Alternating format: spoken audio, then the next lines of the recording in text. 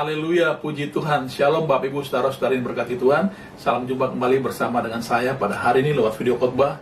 Pada hari ini kita bersyukur boleh bertemu kembali, tentu semua karena kasih dan anugerah Tuhan, tentu semua karena kemurahan Tuhan. Baik Bapak Ibu saudara-saudari yang berkati Tuhan, sebelum kita dengar firman Tuhan, kita mau siapkan hati dan pikiran kita untuk ditaburi diisi kebenaran firman Tuhan. Kita minta tuntunan Tuhan, kita minta pimpinan Tuhan, supaya kita mengerti, memahami firman Tuhan. Mari kita berdoa. Bapa di surga, kami datang kepadamu mengucap syukur buat hari ini. Tuhan, beri kesempatan kami kembali untuk mendengar firman-Mu Tuhan. Mari tolong kami semua, berikan hikmat pengertian oleh-Mu Tuhan, sehingga kami boleh mengerti firman-Mu, dan lebih daripada itu kami ditolong oleh-Mu untuk melakukan firman-Mu Tuhan. Urapi hamba-Mu dengan urapan yang khusus. Dalam nama Tuhan Yesus kami berdoa, amin. Bapak Ibu saudara-saudara yang diberkati Tuhan, senang sekali bisa jumpa kembali dengan Bapak Ibu saudara-saudara sekalian pada hari ini. Tentu kalau kita bisa bertemu kembali karena kasih dan anugerah Tuhan, tentu semua karena kemurahan Tuhan, tentu semua karena kebaikan Tuhan. Bapak Ibu saudara-saudari yang dikasihi Tuhan, saya senantiasa berdoa buat Bapak Ibu saudara-saudari sekalian dimanapun Bapak Ibu saudara-saudari berada.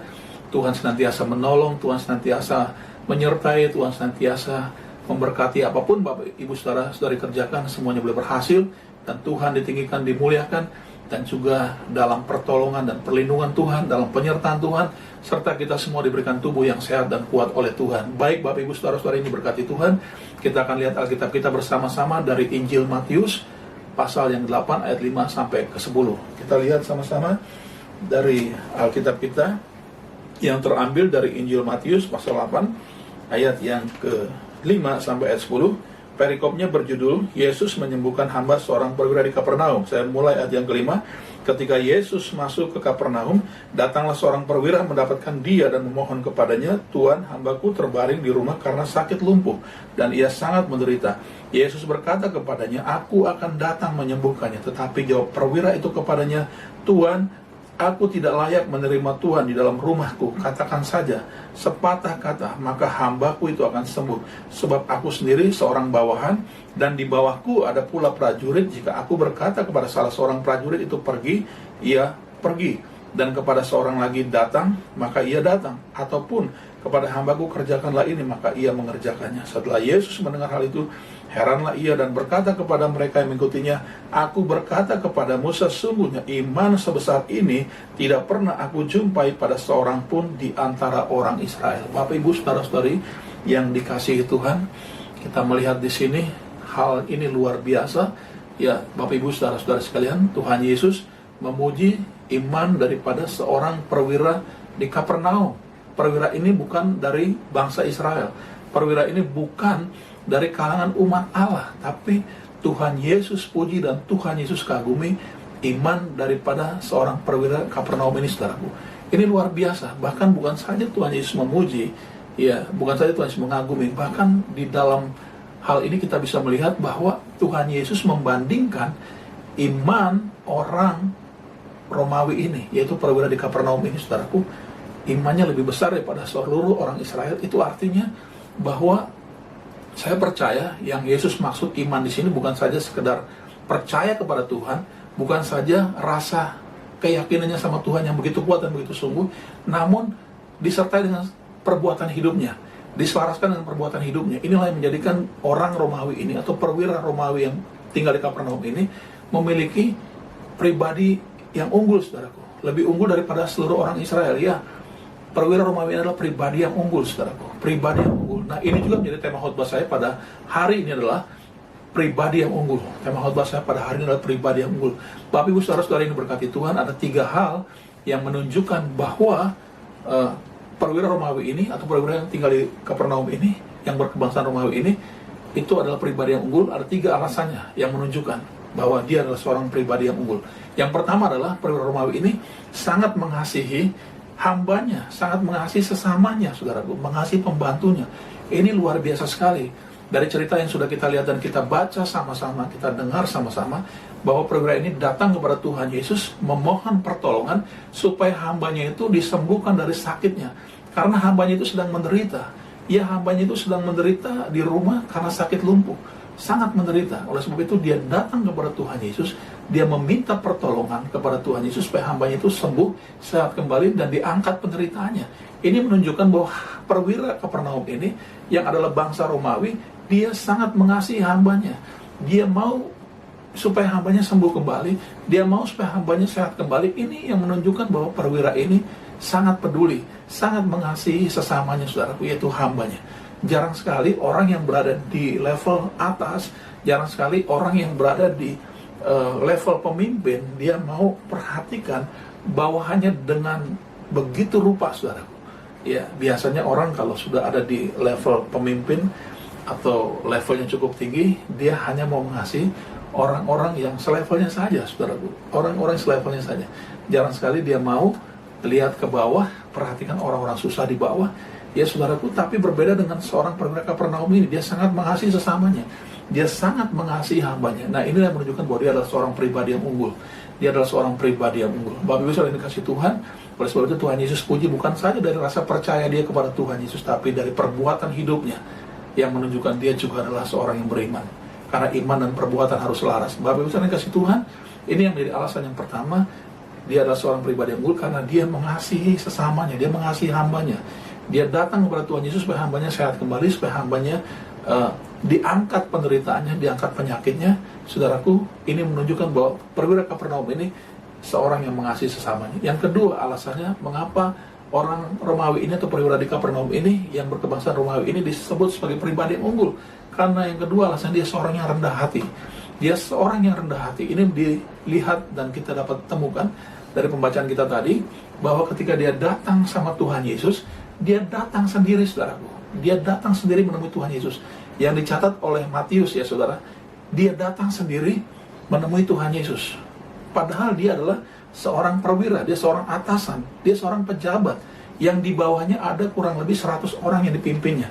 Dalam pasukan yang dia pimpin, kurang lebih ada 100 prajurit di bawahnya. Dia bisa saja suruh anak buahnya.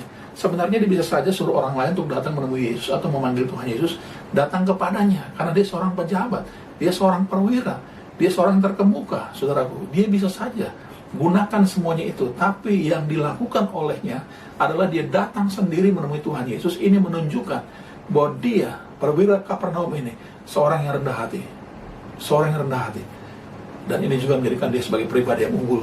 Karena alasannya kedua, dia seorang yang rendah hati. Bahkan dia katakan sama Tuhan Yesus ketika bertemu dengan Tuhan Yesus langsung, ketika Tuhan Yesus bilang, baik, aku akan pergi ke rumahmu untuk menyembuhkan hambamu. Tapi dia katakan, Tuhan, aku tidak layak menerima Tuhanku datang di rumahku. Katakan saja sepatah kata, maka hambaku akan sembuh. Saudaraku, dia merasa tidak layak menerima Tuhan Yesus. Dia merasa tidak layak kalau Tuhan Yesus datang ke rumahnya. Mungkin dalam hidupnya ada banyak kekurangan. Mungkin dalam hidupnya dia merasa dia tidak pantas. Dia merasa ada banyak hal yang masih belum baik dalam hidupnya. Sehingga ketika Tuhan Yesus datang ke rumahnya, dia merasa tidak layak, saudaraku. Ini menandakan atau menunjukkan bahwa dia seorang yang rendah hati, saudaraku. Dia seorang yang rendah hati. Ya, perwira ini merupakan pribadi yang unggul. Karena dia adalah seorang yang rendah hati. Dia tidak layak di hadapan Tuhan. Dia tidak layak berjumpa dengan Tuhan di rumahnya. Saudaraku, ini menunjukkan dia betul-betul orang yang sangat rendah hati. Oleh sebab itu Yesus puji imannya, bukan saja dari rasa percayanya, tapi lewat perbuatan hidupnya yang menunjukkan dia seorang yang rendah hati. Dia datang sendiri menemui Tuhan Yesus untuk supaya hambanya disembuhkan. Dia tidak suruh orang lain, padahal dia pejabat. Dan juga dia katakan, Tuhan, aku tidak layak menerima Tuhan dalam rumahku.